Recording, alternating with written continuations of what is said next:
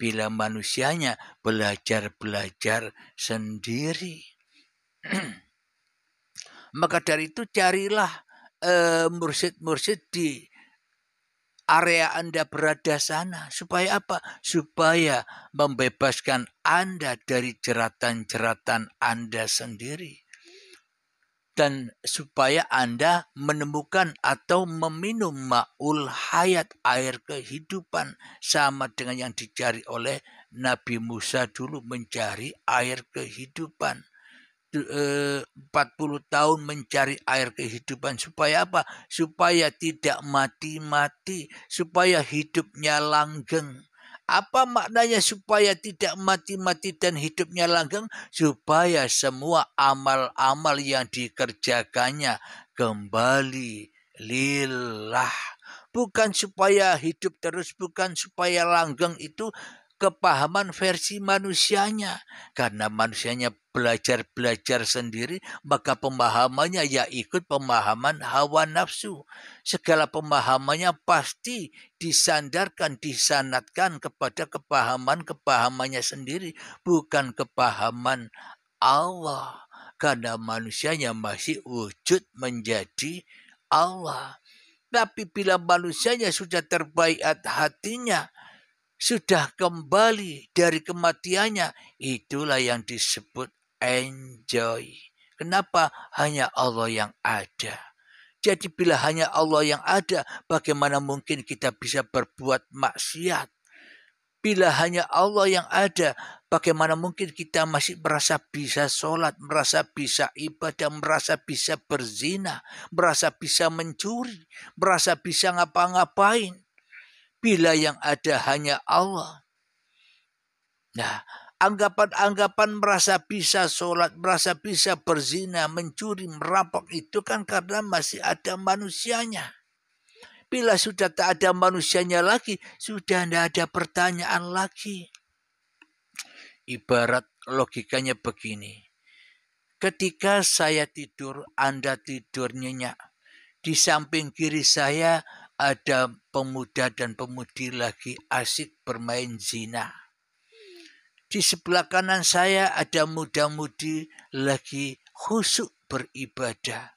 Dan ketika saya di tengah-tengah lagi tidur, apakah saya bisa menilai bahwa tidak boleh maksiat begitu? Apakah saya bisa menilai orang-orang yang berzina itu? Dan ketika saya tidur, apakah saya bisa menilai kedua orang yang beribadah khusyuk itu? Orang tidur tidak bisa menilai apa-apa. Kenapa? Karena bukan siapa-siapa.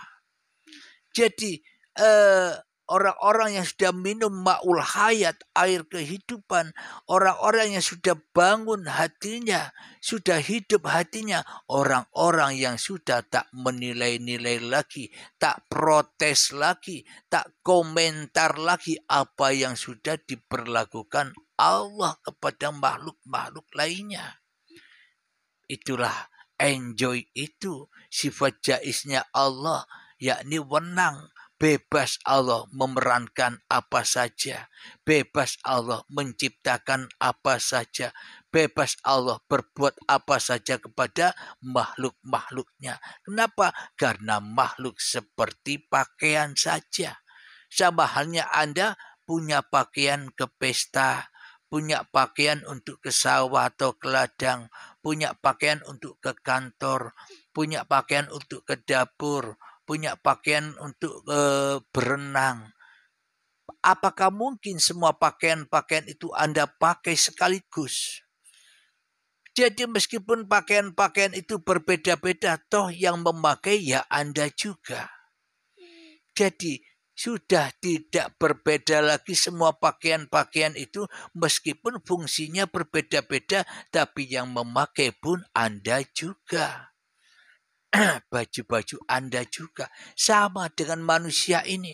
Ada yang berbuat taat, ada yang berbuat maksiat, ada yang baik, ada yang buruk. Bila yang ada hanya Allah, maka manusianya enjoy saja menikmati ayat-ayatnya Allah. Hatinya sudah tak berkomentar lagi. Kenapa hatinya sudah tenang? Karena sudah minum ma'ul hayat, sudah terbaiat hatinya. Sudah di dalam surga-surganya Allah. Ya ayyatuhan nafsul mutmainnah, wahai jiwa-jiwa yang tenang. Siapakah mereka jiwa-jiwanya yang tenang?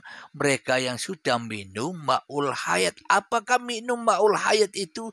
Orang-orang yang menyerahkan, yang merelakan, yang meridhokan bahwa hidup ini, bahwa badan ini, bahwa semua laku yang berlaku atas hidup dan badan ini hanya milik Allah. Itulah minum ma'ul hayat. Itulah inna dina indallahil Islam.